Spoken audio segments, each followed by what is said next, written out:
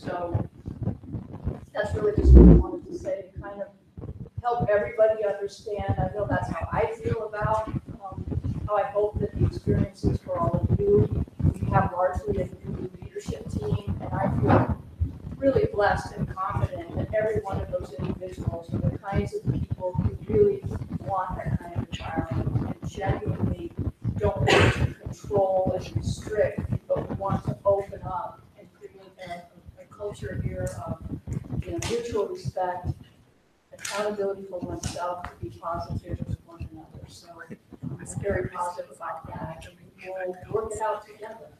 So thank you for that.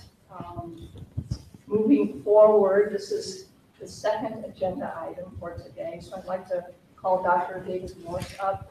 Again, we're keeping accreditation on the forefront because, as you know, we're wrapping up our self-evaluation and we'll have a visit coming this spring. So, Dr. Morse.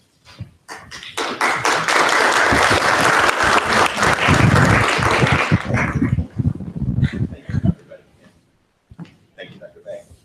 So just a couple of things to update you on. We are moving along pretty well on the institutional self-evaluation report, or the big document that gives us an overall look at ourselves in a lot of different ways. One area that we spent some time talking about is a section that asks us to consider the ways in which we have broken out disaggregated data having to do with student performance and student outcomes in order to identify the gaps that we need to address for our student population. And we've had a little bit of difficulty with that area. We certainly have data. We've been doing SLO work for some time here, and so we have SLO work in the program reviews. We've certainly broken out some data. There's a student equity report that identified certain subgroups that we need to focus on and try to help. We need to get those two things together a little bit more. The accreditors really kind of want us to work more with the student learning outcomes data to make those decisions. So that's something that we'll have to talk more about going forward. But we've made some decisions for how to work that particular part of the report. And I think that and various other areas are coming together pretty well. Really want to thank a number of people that have been working very hard. Kim Young's been coming in on Saturdays for the last couple of weeks and working all day, trying to get things moved forward. And I think she deserves some special recognition for this, but there have been a whole lot of people who have been working very hard and pulling things together. The other aspect of this to talk about is what's called the quality focus essay, which is a shorter piece that's attached to the self-evaluation, which is intended to be, it says not over 5,000 words. That's, if you wrote it all out, probably about between 15 and 20 pages at a maximum, which is to identify specific areas of focus and specific work plans to address institutional needs that are directly related to or impact student learning and student achievement. So we've had some discussion of that and chose 3 specific areas to focus on in that quality focus essay. Those areas are student learning services, professional development, and information technology infrastructure and data quality. So we've put work groups together that have come up with specific work plans, specific steps that we want to take to address all of those different areas. And I think that's come together really well, and I think we will have this report out, the latest draft of it out in the very near future, within the next week or so, for people to take a look at. And I think that you'll be really pleased with what we have come up with. The section on student learning services talks about developing in the future, and in the not too distant future, writing and math centers, improved tutoring services, improved for students both online and at Fort Irwin. So a really comprehensive plan to find additional ways to help to serve our students and to support the student, the instructional program to help to improve student learning. The professional development area, a number of different things, again, talking about a plan to set up pathways for advancement for all of our employee groups, to make certain that our professional development program is inclusive and that we have the appropriate funding and appropriate resources to serve all of our college employees, to build and infuse cultural competence and appreciation of diversity into the culture of college, and to build the professional development program off the things that people want and need to work on by building it off of our evaluations for employees in various ways in order to pull out, again, the things that people need, things that people are interested in, and to build professional development activities and opportunities in that way. And then the information technology and data quality, upgrading the network here, upgrading the phone system, the data storage, implementing something that is called a point-to-point system, which would allow real-time online communication with students. So it's sort of like a Skype sort of system to be able to serve students directly and work with students directly online. Implementing training and improvements for our use of data, our data storage, and our data quality. So again, there's a lot going on with that essay. We'll have to pack into about 15 pages, I promise. But it's come, a lot of people, again, putting a lot of work into this, and I think it's come together to be something that I would urge you, again, within the next week or so, we should have this out in a draft that can be reviewed by the different constituent groups and be looked at by everyone, and would really urge everyone, again, to take a look at it. You'll find interesting all of the work that's been done and all of the possibilities that are here for moving forward into the future of the college. Thank you.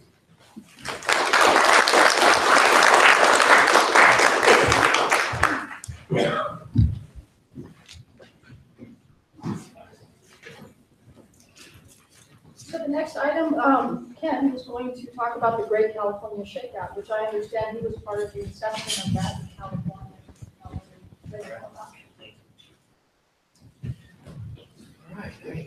All right.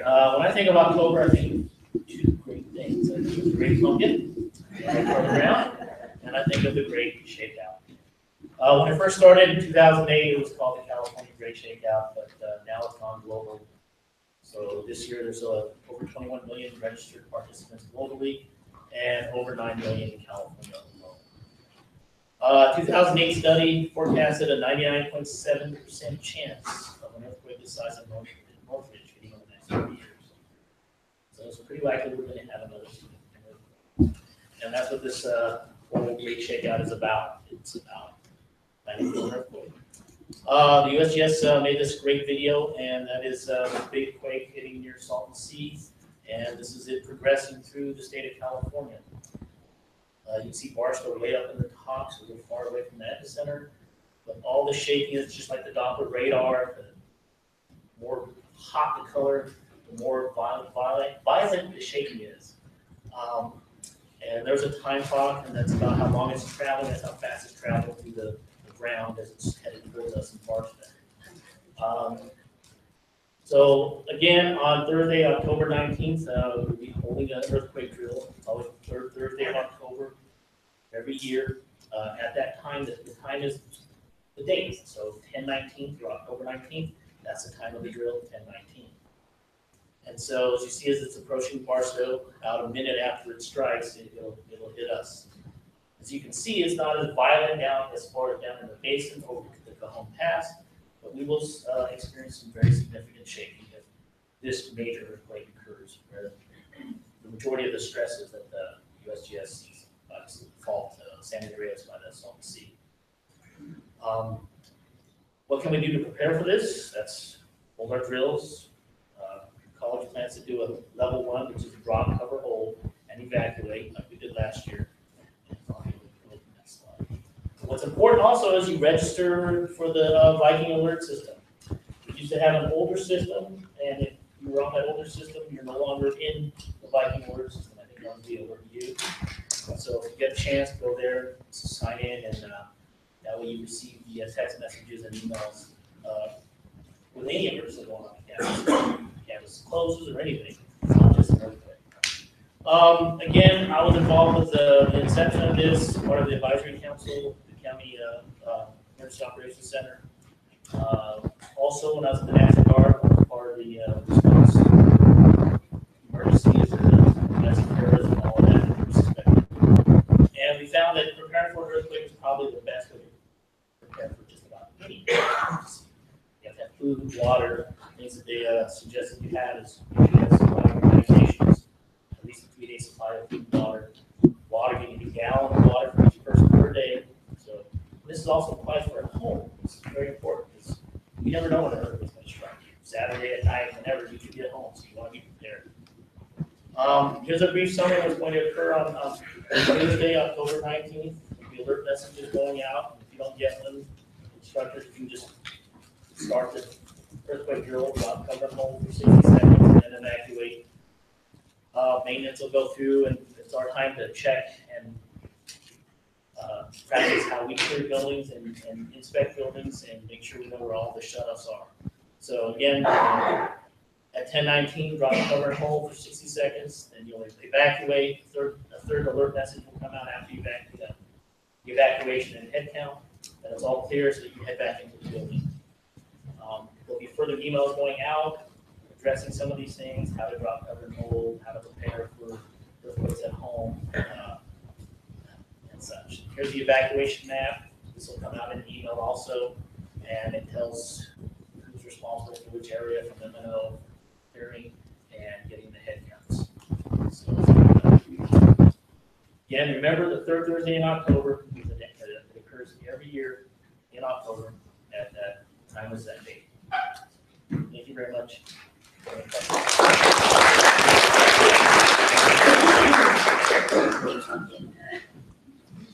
Thank you, Ken. And now we have our ASG president, Susie Mokufowl, to talk about the volleyball tournament.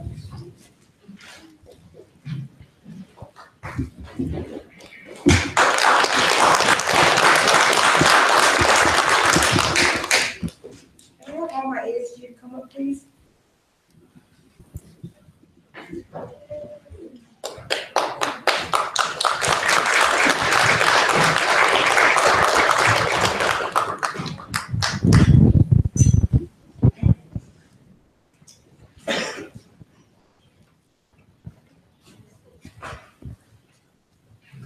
So, a couple of weeks ago, our M&O personnel, Bruce, everybody knows Bruce, brought to my attention that our college used to have friendly games between staff and students. He said that it was awesome, and he said that it brought the students and the staff together. So I brought this up to Ms. Kushner and Dr. Kushner and Mr. Land, who are advisors, and they said to follow up on it. So ASG came up with the same idea, but we put a twist in it. They said to follow up on this notion and create a tournament. So we created volleyball, because I'm good at it. With the so everybody's included, administration, staff, faculty, and students. We'd like all of you guys to play. Like Dr. Baggs stated, communication is key. I feel strongly that student and staff interaction is very necessary to succeed and to have open communication. This game will give everyone a chance to interact with each other and also to create fun activities for the college as a whole, because we all participate, right? Overall, this is an opportunity for all of us to attend to each other and also to increase civility.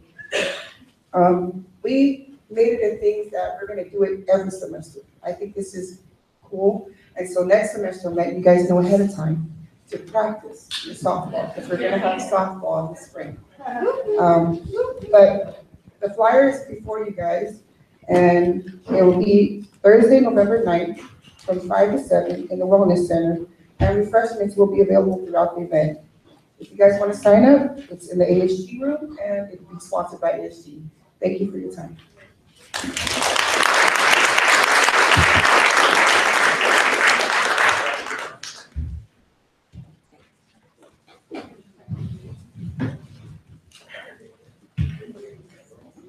Thank you, Sue. Thank you, students. I'm looking forward to that event. And happy to shake. Remember the 9th. Thank you. And now, Chris, you have announcements for us? Next on the agenda.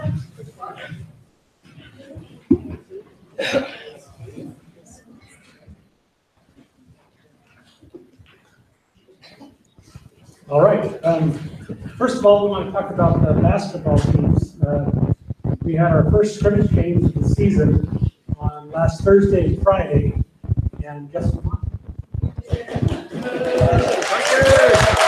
The Vikings won all 3 games. So, and We have pictures on Facebook for you to see some really good shots of some of our basketball stars. The next basketball game that's here at home is November 7th, and that'll be a men's game at 6 p.m., and we'll be playing Riverside City College. So we invite everybody to come to that on November 7th. Second thing I want to talk about is the CTE Joint Advisory Committee and Barstow Area Chamber Mixer coming up on October 17th. It starts at 7:30 a.m., but in order to entice you to be there that early, they have breakfast. So come and participate. They want to invite everybody in the community, and we're really excited about that event. Do you want to say anything more about it, Sandy? Well, Not to put you on the spot or anything. no, it's just a combined workforce and economic development, just to allow the city, Kurt Mitchell will be speaking, Dr. Bagg, our mayor, just to talk about the growth of our demographic area and the jobs and education, how it ties together. So all my faculty will be there on the CTE side, and we're bringing industry partners in as well to end the meeting. So you guys are all welcome to come and join us and have input on what you guys feel that the vocational classes are needed in our community college. Thank you, Sandy. Okay, third thing is telescope viewing of the first quarter moon. This is an event that we have each semester, and each semester we target a different planet or a different star group or the moon. And this time, because it's the moon, it's held a little bit earlier in the day. So this time it starts at 6:30 in the evening. And that event is on October 26th at 6:30 until 8:30. And again, this is for everyone in the community. Children are invited. Scott Boakley will take a group of, usually it's about 20 people into the observatory. Each person gets to look through the telescope. We have a big 16-inch reflector telescope in the observatory at the back of campus. So we want to invite everybody to do that. Fourth thing is Halloween is coming, October 31st, and we want to encourage everybody that wants to wear your costume. Excuse me, wear your tasteful costume. To work that day. We've had a lot of fun with this on campus, and a lot of the departments go all out. I know EOPS, their office is often decorated to the nines. So we invite everybody to participate in that wants to. And there will be prizes for the best costumes and the best office decorations. All right. Next is the screening of The Middle of Nowhere. The Middle of Nowhere is a film that has been filmed, or it was created by two former BCC students, Sylvia Ray and Luan Yasu, if I say that right. Yasu. It's going to be on November 4th at 7 p.m. And again, the name of the film is The Middle of Nowhere. I don't know if it's about Barstow or what we're doing here, but come and find out. All right, sixth thing. The BCC Veterans Club is holding a celebration on November 8th in the Black Box here to celebrate our veterans and to honor them. So we want to invite everybody to do that. That's on November 8th. So just mark your calendars. And then on November 18th, we have the CTE Car Show and Open House. This is now an annual event. We invite the entire community to come out and learn about what we do out there on State Street. They have all of the bays open. You can go through and see the welding machines and the cars that are being dismantled and the electronics and the plumbing and everything else, that's the photography, everything that's out there. They can go through and see exhibits on all of those. Plus, we have a very nice car show that's out in the parking lot. Last year, how many cars did we have? About 57. About 57, 58, right in there.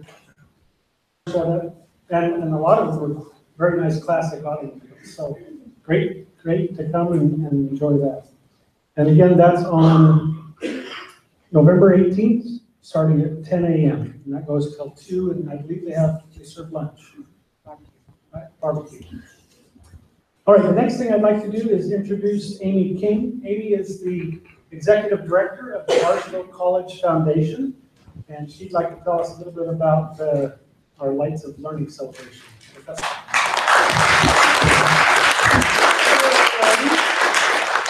Just out of curiosity, a show of hands with folks that maybe have never heard of the foundation or aren't familiar with what we do.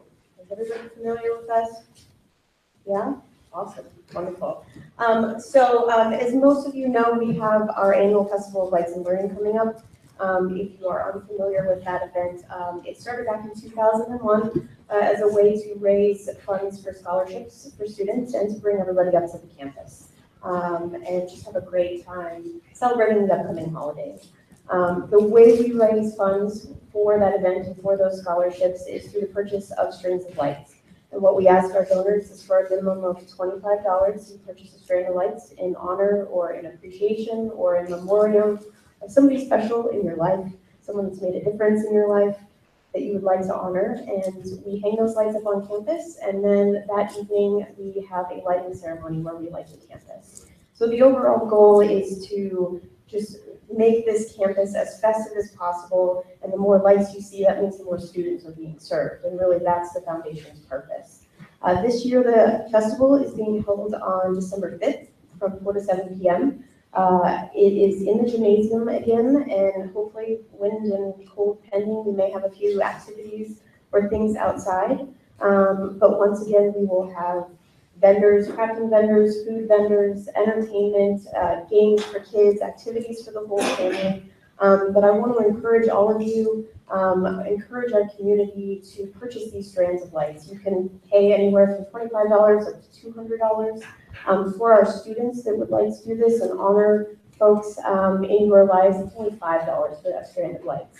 So think about somebody you'd like to recognize on that night in our program. In order to recognize everybody that's donated, we do have your name and the person you're honoring and the level that you honored at within our program.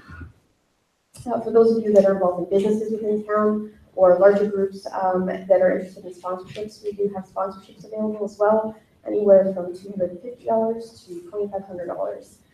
And with that, you can get banner ads, you can get ads in our program, exposure at the event, and we just want everybody to remember that the whole purpose of this is for our students and for raising scholarship funds. Every dollar that we raise from these lights and sponsorships goes directly towards scholarships. So we've had a great time in the past, and we just want to invite everybody back out again to participate. So I have some donation forms that I printed off right before I came that I'll set back on the table, and then I'll work with Chris to get them spread around campus to make sure that everybody who wants to get involved can get involved. My contact information and the foundation's is on that form. So reach out if you have questions, but we hope to see you all on the day. Thank you.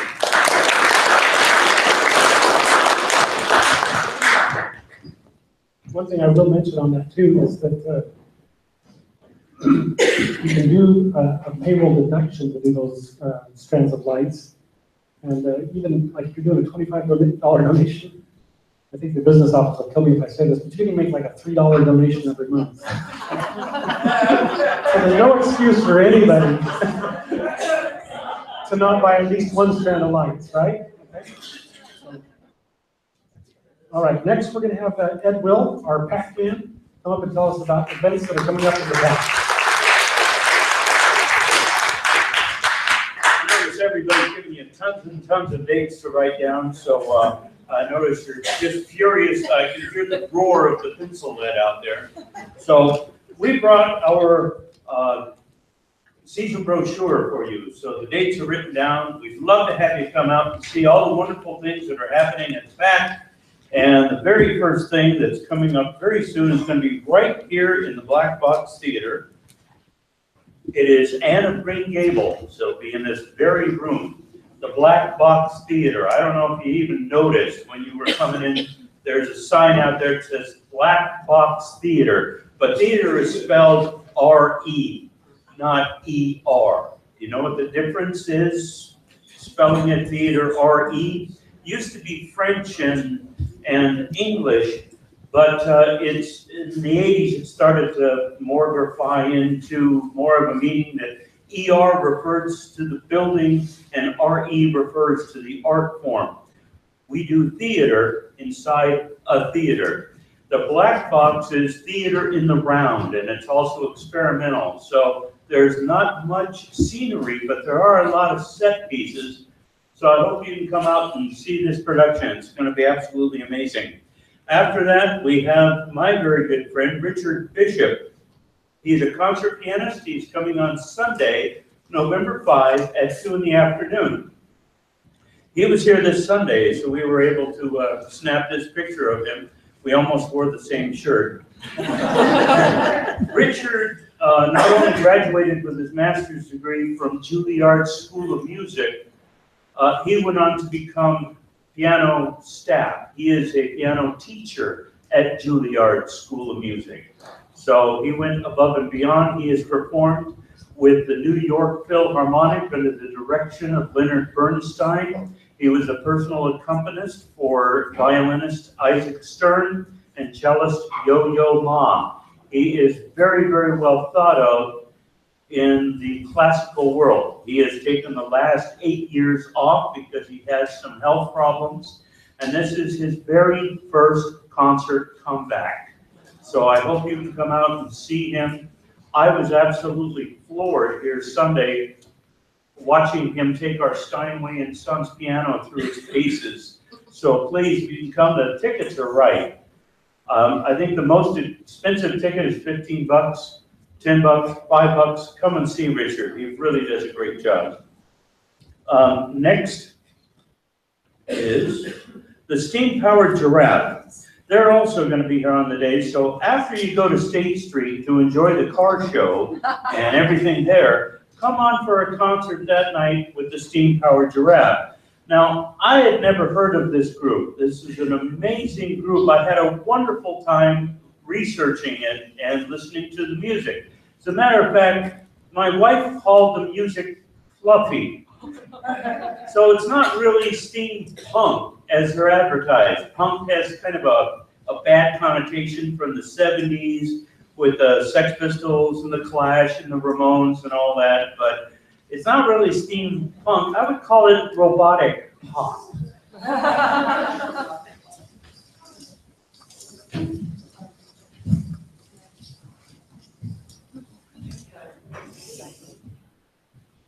Oh. Uh-oh.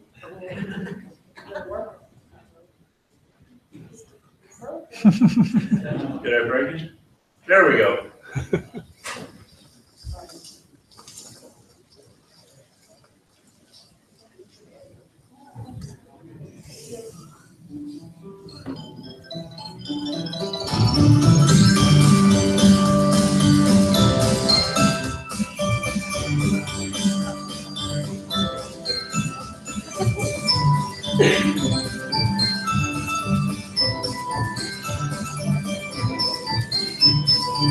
Well, it's the way she smiles and the way I swoon when she winks at me from across the room. It's the way she laughs and the way she cries. It's the way her hand fits perfectly in mine. Well, I don't have a name for it, been trying to find a name for it. I don't think there's a name for it, but it's kinda like being in love.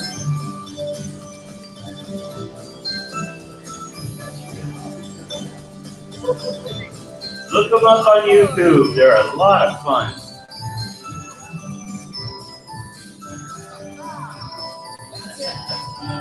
Well, it's the way she. After that, we have A Christmas Carol that's going to be on December 1 and 2. It's Charles Dickens. What a great way to start the Christmas holidays. So come on out and see that. Tickets are also going to be very inexpensive for that. Bring the family. Kids are $5. Okay, and here's a little bit of them. I keep going backwards. There we go. This is a performance at a high school.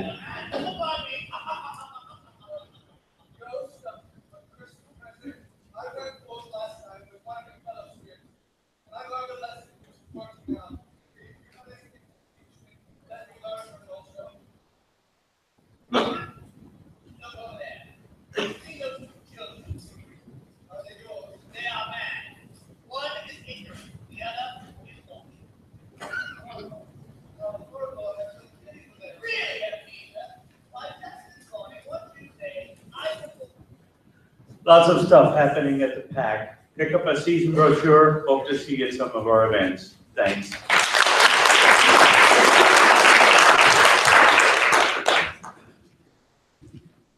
All right, and finally, Joanne and Sui, if there's any other ASG events that you want to talk about just a little bit? That'll be it for my section.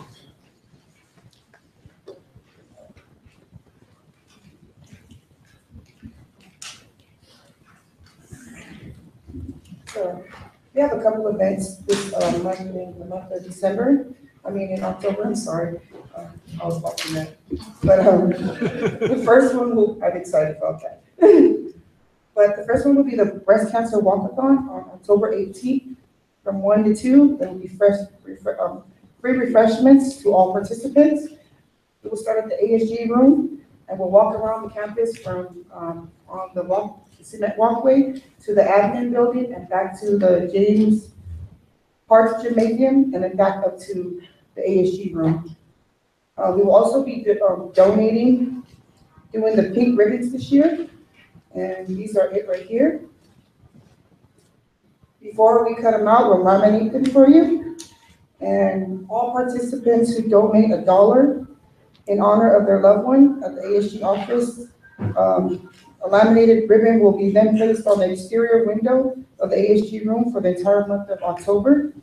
And on your ribbon, it'll say, supporting the fighters, admiring the survivors, honoring the taken, and never ever giving up hope.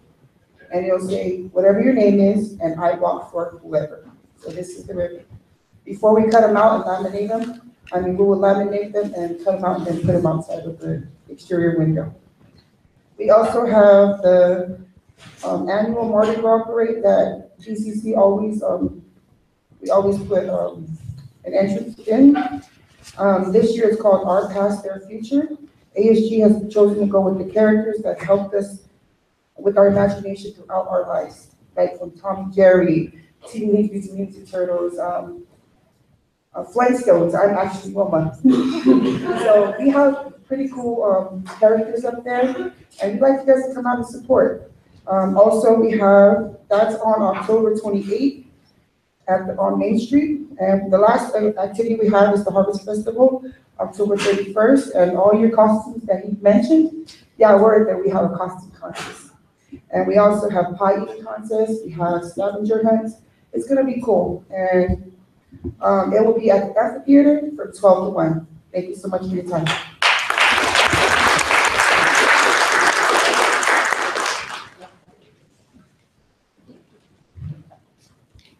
Thank you, Sue. I'm just blown away with our student leadership and the kind of events that you organize and bring so much life and spirit to this campus and this community. It's really wonderful. And I don't know if you realize, I've seen it be very different. And I think that we're all very grateful for what you do for the entire campus. We have a lot to be proud of to our students here. Thank you.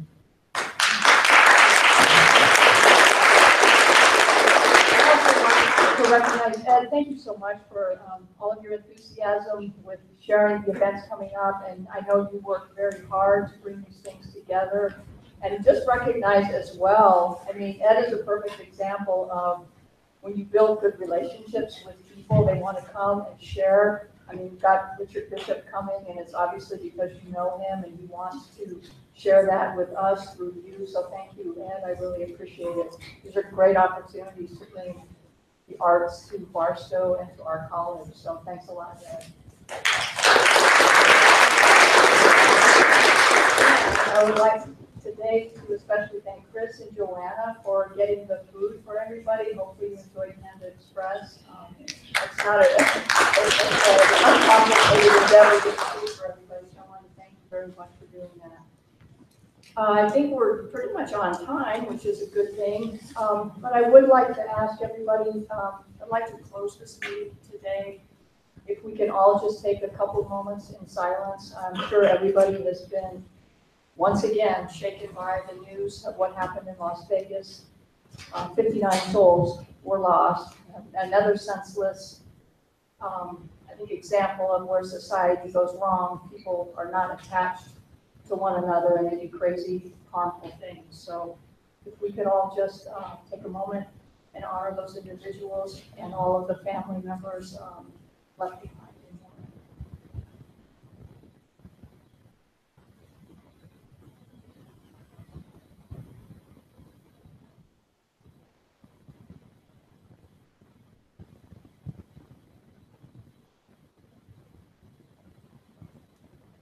Thank you. Okay, everybody, thanks a lot for a good meeting and go well and give somebody a hug today.